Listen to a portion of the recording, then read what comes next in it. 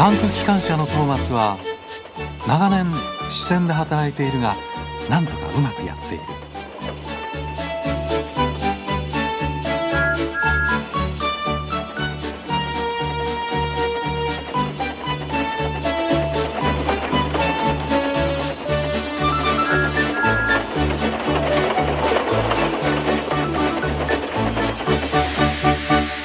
トーマス、君は自分がどこで止まったらいいかちゃんと知ってるじゃないか。俺がいなくても大丈夫みたいだな。機関士が言った。トーマスはそれが冗談とも知らず、すっかり有頂天になってしまった。そして後でみんなに自慢した。僕は機関士なしでもやっていけるって機関士が言うんだぜ。あんまり浮かれるなよ。パーシーが注意した。僕は機関士がいないなんて怖くて絶対嫌だね。トビーが言った。へえ、僕は怖くなんてないよ。絶対できっこないよ。いや、できるさ。翌朝、釜に火が入れられ、ボイラーが温まるまでトーマスは気持ちよさそうにうとうとしていた。パーシーとトビーはまだ眠っている。トーマスは突然思いついた。いつまでもグズグズしてるなんてバカバカしいや。機関士がいなくてもちゃんとやれるってことをみんなに見せてやろう。今がチャンスだ。出発しよう。そして自分で止まって汽笛を鳴らすんだ。みんなびっくりするぞ。トーマスはうまく動き出したと思った。でも本当は作業員がうっかり運転装置に触ったからなのだ。彼は間もなくそれに気づいた。汽笛を鳴らそうとしても鳴らないし、止まろうとしても止まらないのだ。トーマスはどんどん進んでいく。彼はこの先に何があるかなんて考えもしなかった。実は駅長の家があったのだ。家族で朝ごはんを食べていた。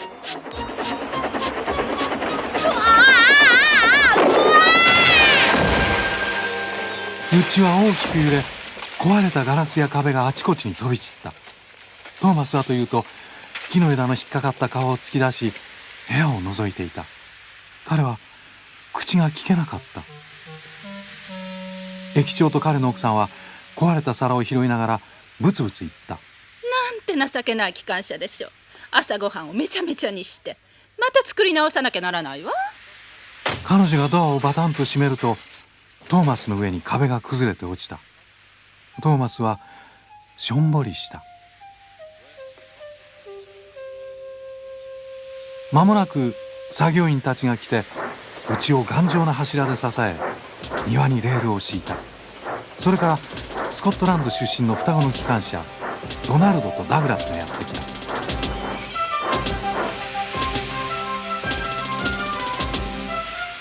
なんて格好なんです？トーマス、今助けますからね。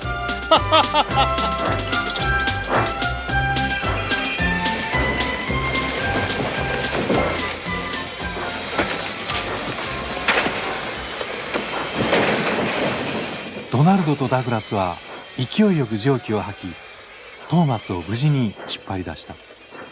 トーマスには壊れた壁、窓枠、枝やらがゴテゴテとくっついていた。双子たちは大笑いして帰っていった。トーマスは恥ずかしかった。トップハムハット卿がやってきた。お前は大問題を起こしているんだぞ、トーマス。分かってます。すみません。トーマスの声は木の枝に塞がれてもごもごした。お前は修理工場に行かねばなら長くかかるぞ。わかりました。それまでディーゼル車に働いてもらう。ディーゼル車ですって？そうだ、トーマス。ディーゼル車なら自分の出番の時以外に飛び出していくことはしない。そして駅長の家の朝ごはんにお邪魔することもなかろう。トーマスは返す言葉もなかった。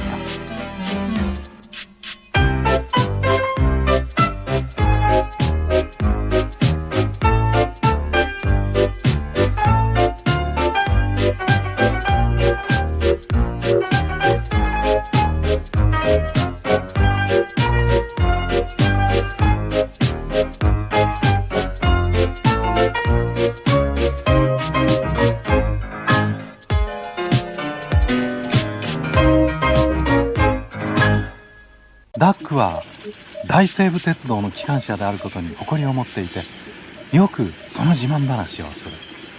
だけど仕事は真面目で何でも時計仕掛けのようにきちんとこなす。その日も素晴らしい一日だった。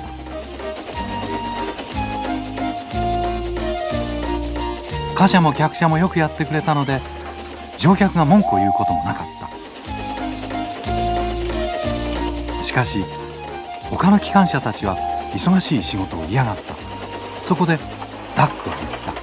仕事の仕方には2通りあるね。大西部鉄道流と怠け者流と。僕は大西部鉄道の流れを。分かったよ。みんなうんざりしていたので新しいディーゼル機関車が来た時は嬉しくなってしまった。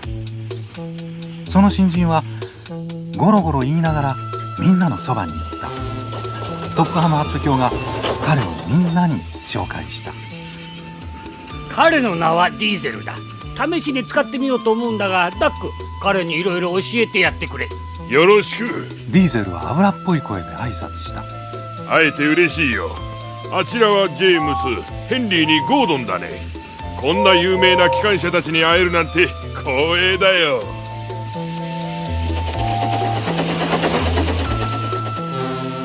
機関車たちはお世辞を言われ有頂天になった。彼はなかなか礼儀を知ってるよ。ああ、喜んで僕らの操車場に迎え入れよう。だけどダックは怪しいものだと思った。こっちだよ。ディーゼルはゴロゴロ言いながらついてきた。君の尊敬するトップさんはトップハムハット卿だよ。ダックが言い直すとディーゼルはムッとした。君の尊敬するトムハムハット卿は俺に勉強しろって言うが、それは間違ってるね。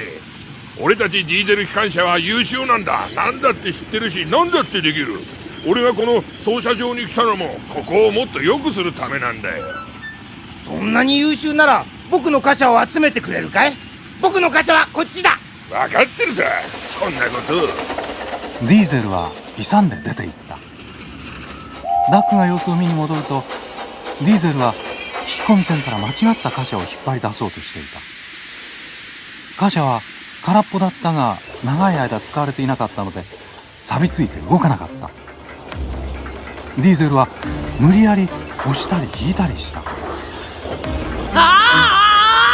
貨車たちはわめき騒ぐ。ダックは面白そうに見ている。ディーゼルは大きなうなり声を上げる。すると貨車の前が動いた。やめろったら。そしてとうとう貨車は壊れてしまった。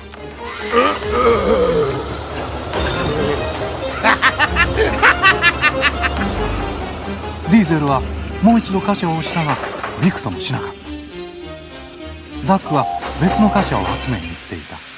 ディーゼルご苦労さん。僕はもう行くよ。この貨車はいらないのか？いらないよ。なんだってこんなに苦労したのにどうして早く行ってくれなかったんだ？だって君は何でも知ってるって言うし、それにあんなに楽しそうに仕事をしていたじゃないか。それじゃ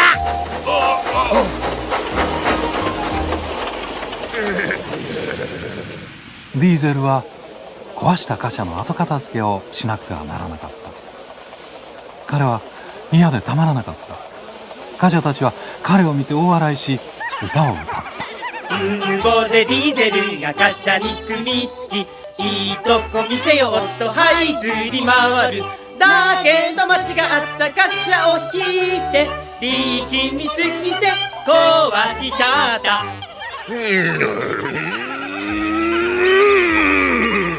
ディーゼルはうなり声を上げるとその場を逃げていった。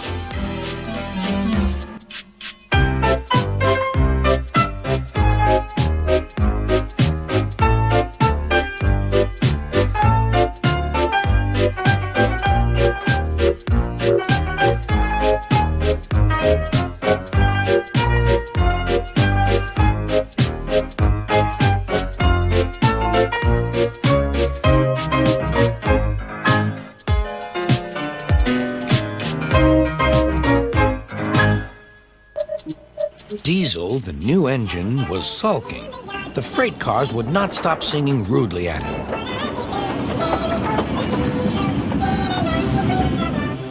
Duck was horrified. "Shut up," he ordered, and bumped them hard. "I'm sorry our cars were rude to you, Diesel." Diesel was still furious. "It's all your fault. You made them laugh at me."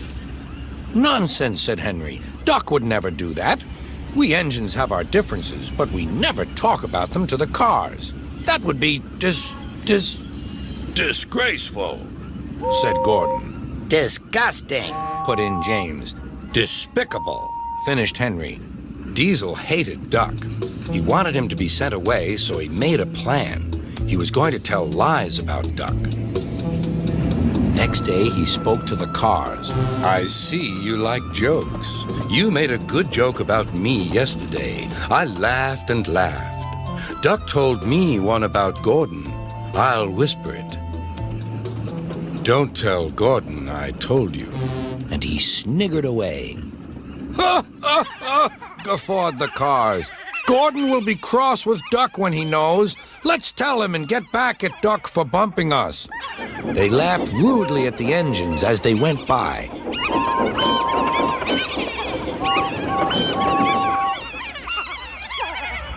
Soon Gordon, Henry, and James found out why. "Disgraceful," said Gordon. "Disgusting," put in James. "Despicable," finished Henry. "We cannot allow it." They consulted together. "Yes," they said. "He did it to us, we'll do it to him, and see how he likes it." Duck was tired out.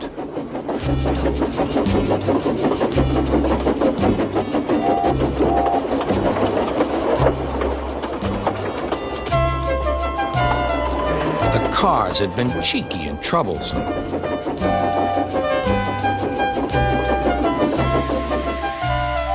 He wanted to rest in the shed.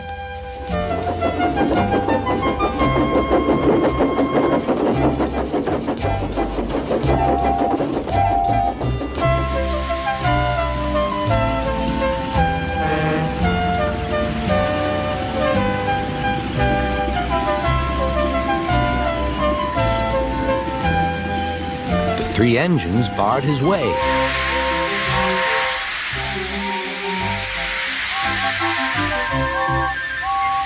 "Keep out." "Stop fooling," said Duck. "I'm tired." "So are we," hissed the engines. "We are tired of you. We like Diesel. We don't like you. You tell tales about us to the cars." "I don't." "You do." "I don't." "You do." Sir Topham Hatt came to stop the noise. "Duck called me a galloping sausage," spluttered Gordon. "Rusty red scrap iron," hissed James. "I'm old square wheels," fumed Henry. "Well, Duck?" Duck considered. "I only wish, sir," he said gravely, "that I'd thought of those names myself, if the dome fits." "He made cars laugh at us," accused the engines. Sir Topham Hatt recovered. He'd been trying not to laugh himself. "Did you, Duck?" "Certainly not, sir. No steam engine would be as mean as that." Diesel lurked up. "Now, Diesel, you heard what Duck said." "I can't understand it, sir. To think that Duck, of all engines. I'm dreadfully grieved, sir, but know nothing." "I see," said Sir Topham Hatt.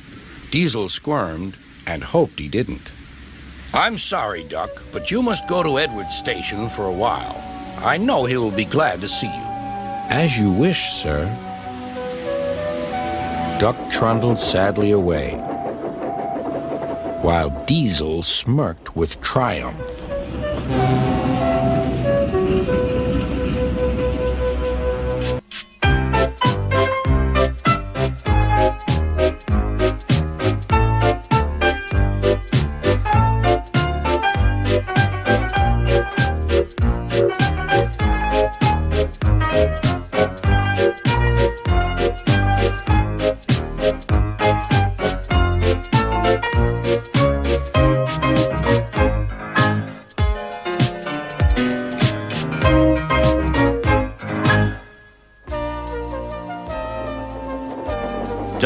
Great Western engine, puffed sadly to Edward's station. "It's not fair," he complained. "Diesel has been telling lies about me and made Sir Topham Hatt and all the engines think I'm horrid." Edward smiled. "I know you aren't, and so does Sir Topham Hatt. You wait and see.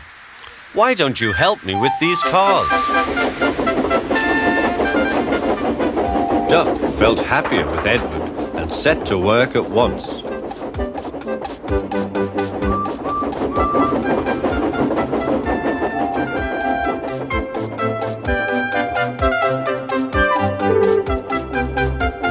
The cars were silly, heavy and noisy. The two engines had to work hard, pushing and pulling all afternoon. At last they reached the top of the hill. "Goodbye," whistled Duck, and rolled gently over the crossing to the other line. Duck loved coasting down the hill, running easily with the wind whistling past. Suddenly, it was the conductor's warning whistle. "Hurrah, hurrah, hurrah," laughed the cars. "We've broken away, we've broken away. Chase him, bump him, throw him off the rails," they yelled. "Hurry, Duck, hurry," said the driver. They raced through Edward Station, but the cars were catching up. "As fast as we can, then they'll catch us gradually." The driver was gaining control.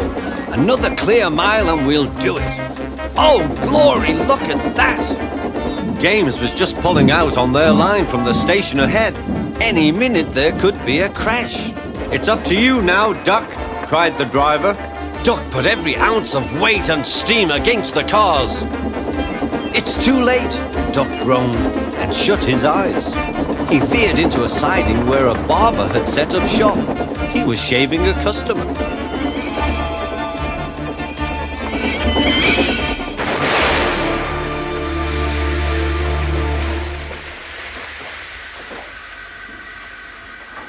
The silly cars had knocked their conductor off his van and left him far behind after he had whistled a warning. But the cars didn't care. They were feeling very pleased with themselves. "Beg pardon, sir," gasped Duck. "Excuse my intrusion." "No, I won't," said the barber. "You frightened my customers. I'll teach you." And he lathered Duck's face all over. Poor Duck. Thomas was helping to pull the cars away when Sir Topham Hatt arrived. "I do not like engines popping through my walls," fumed the barber. "I appreciate your feelings," said Sir Topham Hatt, "but you must know that this engine and his crew have prevented a serious accident." "It was a very close, shave." "Oh," said the barber. "Oh, excuse me." He filled a basin of water to wash Duck's face. "I'm sorry. I didn't know you were being a brave engine." "That's all right, sir. I didn't know that either." "You were very brave indeed," said Sir Topham Hatt. "I'm proud of you." Sir Topham Hatt watched the rescue operation. Then he had more news for Duck. "And when you are properly washed and mended, you are coming home." "Home, sir? Do you mean the yard?" "Of course. But, sir, they don't like me. They like Diesel." "Not now. I never believed Diesel, so I sent him packing. The engines are sorry and want you back."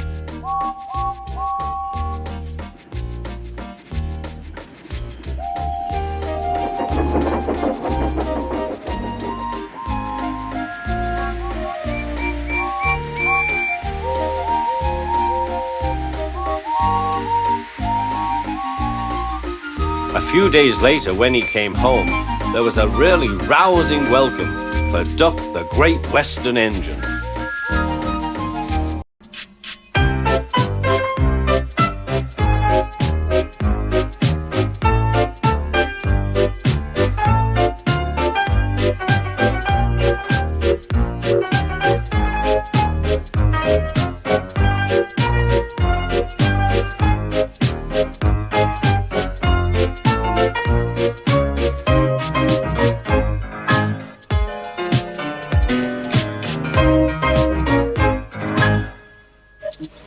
ゴードンは対比戦で休んでいた。俺のように大きくて立派な機関車ってものは全く疲れる。それらしく立派に振る舞わなきゃならんからな。そこへヘンリーがやってきた。やあ、怠けてるな。なんと生意気な。ヘンリーのやつ、車輪が小さいくせして態度がでかすぎる。この俺にあんなこと言うなんて全く無礼なやつだ。俺は事故だって起こしたことないのに。でも汽笛が止まらなくなったことがあったんじゃない？パーシーが無邪気に聞いた。そりゃあったさ。だけどそれは元気がありすぎたからだ。どんな機関車だってよくあることだ。だがヘンリーみたいに脱線したりしたことがあったかい？俺は聞きたいね。その日急行を引っ張るのはヘンリーの番だった。ゴードンはヘンリーが準備する様子をじっと見ていた。気をつけろよヘンリー。フライングキッパーを引っ張った時みたいに脱線するんじゃないぞ。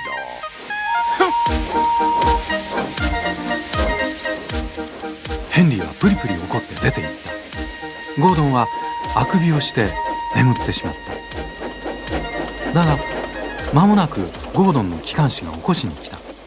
起きろよゴードン。臨時列車を引っ張ることになった。それは客車かい？貨車かい？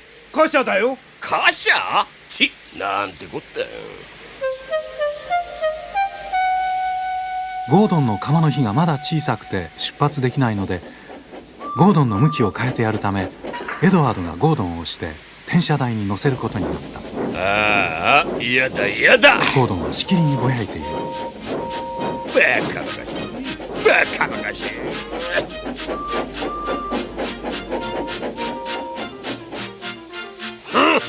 やっと転車台にゴードンが乗った。ちょっと動いたおかげで釜の火の調子が良くなり蒸気が出てきた。ゴードンは不機嫌でやけっぱちになっていた。今に見ろ、思い知らせてやるからな。ゴードンはブツブツ言いながら転車台が半分まで回転するのを待った。そして転車台が引っかかって動かなくなるようゆっくり前進した。ところが途中で止まらなくなり溝の中にずるずる落ちてしまう。助けてくれ、助けてくれ。どうにもならん。はまり込んじまったよ。バカなゴードンめ。機関士たちが言った。彼らはトップハムハット卿に電話をした。ゴードンが臨時列車を引っ張るのを嫌がって溝に落ちてしまいました。なんだって？臨時列車が待ってるんだぞ。しょうがない。エドワードに引っ張るよう言ってくれ。なにゴードン、そこにほっとけ。後で引っ張り出せばいい。溝の向こう側で男の子たちが騒いでいた。まぬけだな。ずっとあのままなんじゃない？彼らは歌い始めた。まぬけなゴードン落っこちた。溝の中に落っこちた。まぬけなゴードン落っこちた。溝の中に落っこちた。ゴードンは一日中溝の中に横たわっていた。参った。もうこっから出られないのか。しかしその夜救助隊がやってきた。ぬかるみからゴードンを引っ張り出すため車輪の下に枕木をあてがった。そして丈夫なロープでゴードンの後ろを結び、ジェームスとヘンリーが一生懸命引っ張り安全な場所に救い出すことに成功した。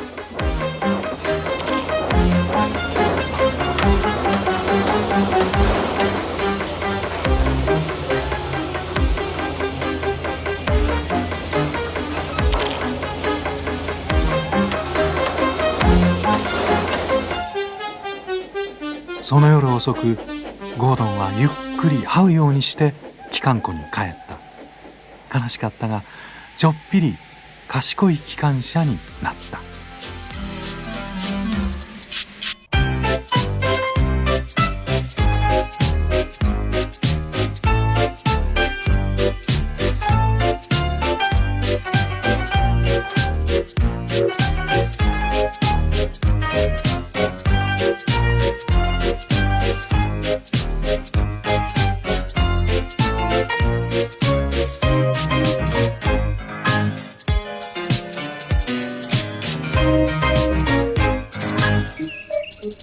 It was a beautiful morning on the island of Sodor. Thomas the Tank Engine's blue paint sparkled in the sunshine as he puffed happily along his branch line with Annie and Clarabelle. He was feeling very pleased with himself.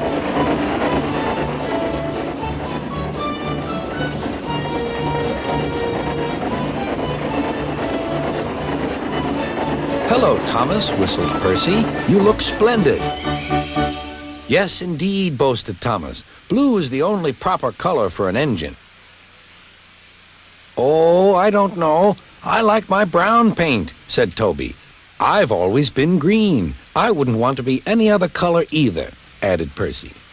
Well, anyway," huffed Thomas, "blue is the only color for a really useful engine. Everyone knows that." Percy said no more. He just grinned at Toby. Later, Thomas was resting when Percy arrived. A large hopper was loading his freight cars full of coal. Thomas was still being cheeky. "Careful," he warned. "Watch out with those silly cars." Go on, muttered the cars. "And by the way," went on Thomas, "those buffers don't look very safe to me." The last load poured down. "Help, help," cried Thomas. "Get me out." Percy was worried, but he couldn't help laughing. Thomas's smart blue paint was covered in coal dust from smokebox to bunker.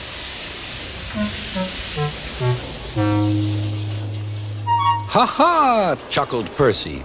"You don't look really useful now, Thomas. You look really disgraceful." "I'm not disgraceful," choked Thomas. "You did that on purpose. Get me out."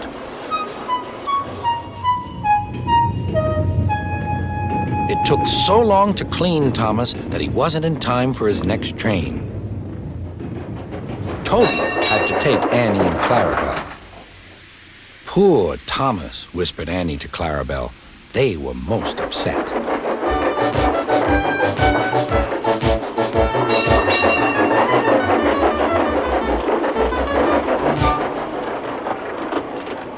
Thomas was grumpy in the shed that night. Toby thought it a great joke, but Percy was cross with Thomas for thinking he had made his paint dirty on purpose. Fancy a really useful blue engine like Thomas becoming a disgrace to Sir Topham Hatt's railway. Next day, Thomas was feeling more cheerful as he watched Percy bring his cars from the junction. The cars were heavy and Percy was tired.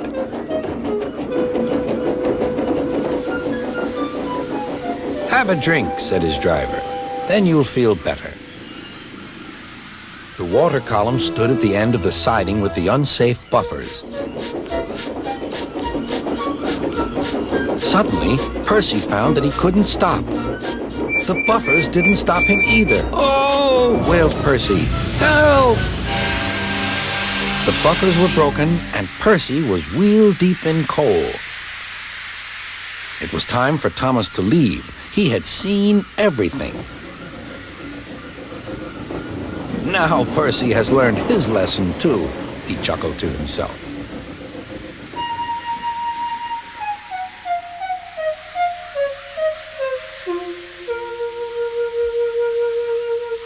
That night, the two engines made up their quarrel. "I didn't cause your accident on purpose, Thomas," whispered Percy. "You do know that, don't you?" "Of course," replied Thomas, "and I'm sorry I teased you. Your green paint looks splendid again, too. In future, we'll both be more careful of coal."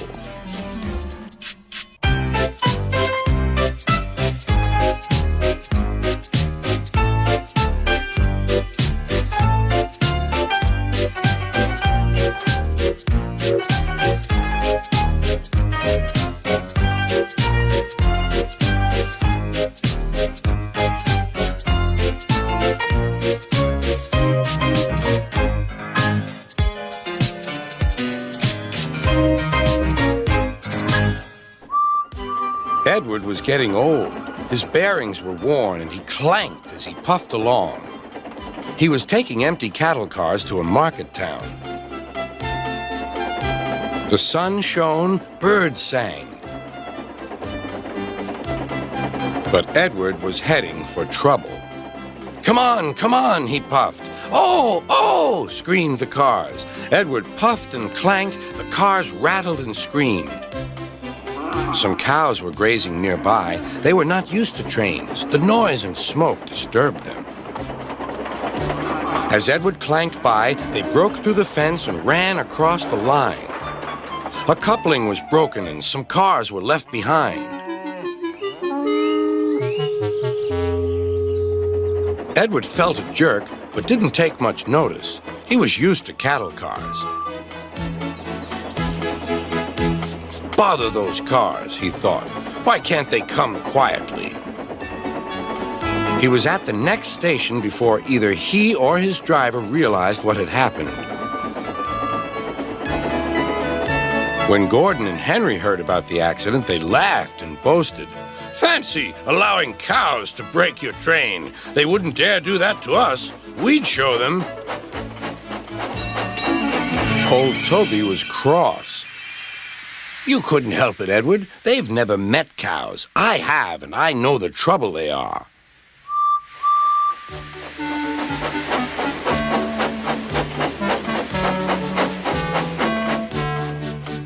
Some days later, Gordon rushed through Edward's station. Boop, boop! Mind the cows! Hurry, hurry, puffed Gordon. Don't make such a fuss! Don't make such a fuss, grumbled his coaches. A long stretch of line lay ahead. In the distance was a bridge. It seemed to Gordon that there was something on the bridge. His driver thought so too. Whoa, Gordon, he said and shut off steam. Whew, said Gordon. It's only a cow. Shoo! Shoo!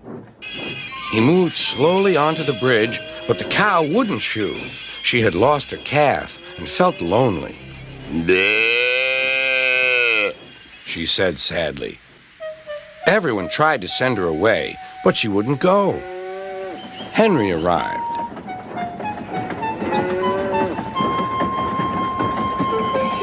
What's this? A cow? I'll soon settle her. Be off! Be off! Bleh.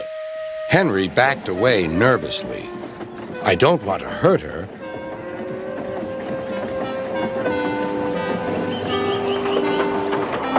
At the next station, Henry's conductor told them about the cow and warned the signalman that the line was blocked.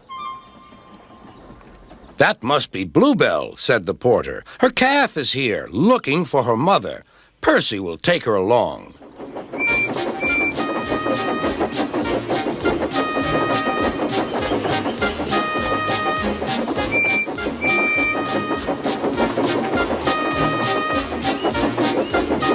At the bridge, Bluebell was very pleased to see her calf again, and the porter led them away.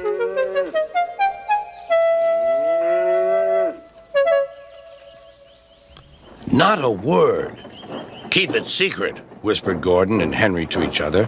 They felt rather silly, but the story soon spread.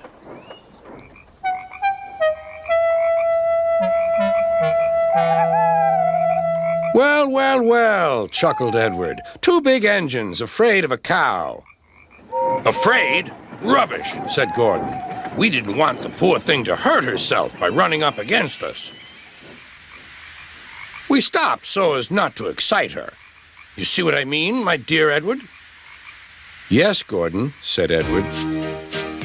Gordon felt somehow that Edward saw only too well.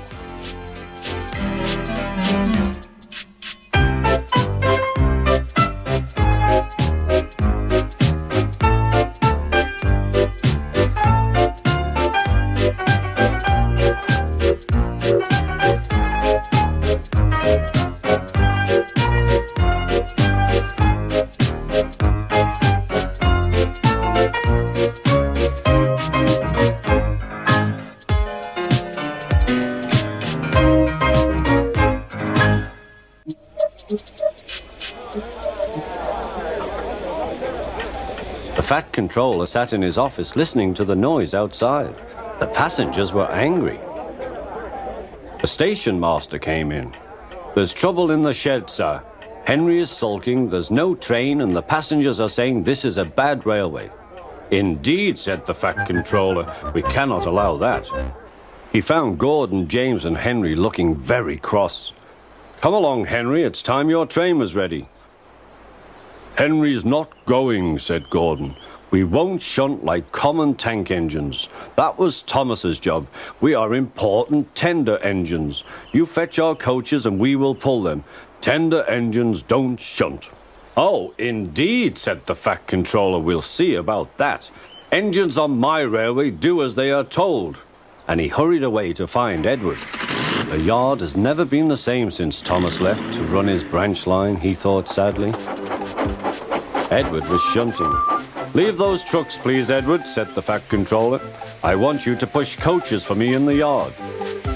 "Thank you, sir, that will be a nice change." "That's a good engine, off you go then."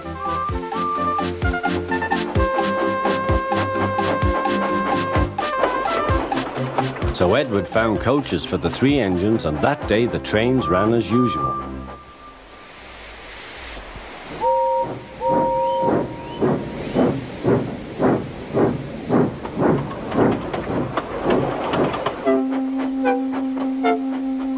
But next morning Edward looked unhappy. Gordon came clanking past, hissing rudely.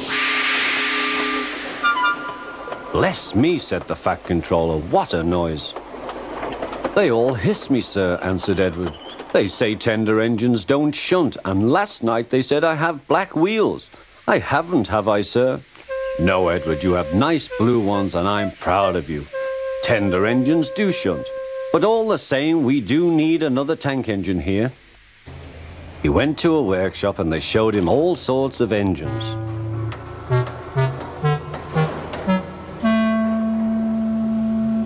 At last he saw a smart little green engine with 4 wheels. "That's the one," he thought. "If I choose you, will you work hard?" "Oh, sir, yes, sir." "That's a good engine. I'll call you Percy." "Yes, sir, thank you, sir," said Percy, and the fat controller brought him back to the yard. "Edward," he called, "here's Percy. Will you show him everything?" Percy soon learned what he had to do, and they had a happy afternoon.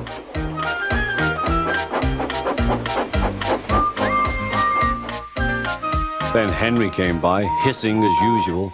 "Chee!" went Percy. Henry jumped and ran back to the shed. "How beautifully you wheeshed him," laughed Edward. "I can't wheesh like that." "Oh," said Percy, "that's nothing. You should hear them in the workshop. You have to wheesh loudly to make yourself heard." Next morning, Thomas arrived. "The fat controller sent for me. I expect he wants help," he said to Edward. "Shh, here he comes," replied Edward. "Well done, Thomas. You've been quick. Listen, Henry, Gordon, and James are sulking. They say they won't shunt like common tank engines. So I have shut them up, and I want you both to run the line for a while." "Common tank engines, indeed," snorted Thomas. "We'll show them." "And Percy will help too." "Oh, sir, yes, sir. Please, sir," answered Percy. Edward and Thomas worked the main line, greeting each other as they passed by. Percy puffed along the branch line. Thomas was anxious about Annie and Clarabelle, but both driver and guard promised to take care of them. There were fewer trains, but the passengers didn't mind. They knew the 3 other engines were having a lesson. Gordon, James, and Henry were cold, lonely, and miserable. They wished now they hadn't been so silly.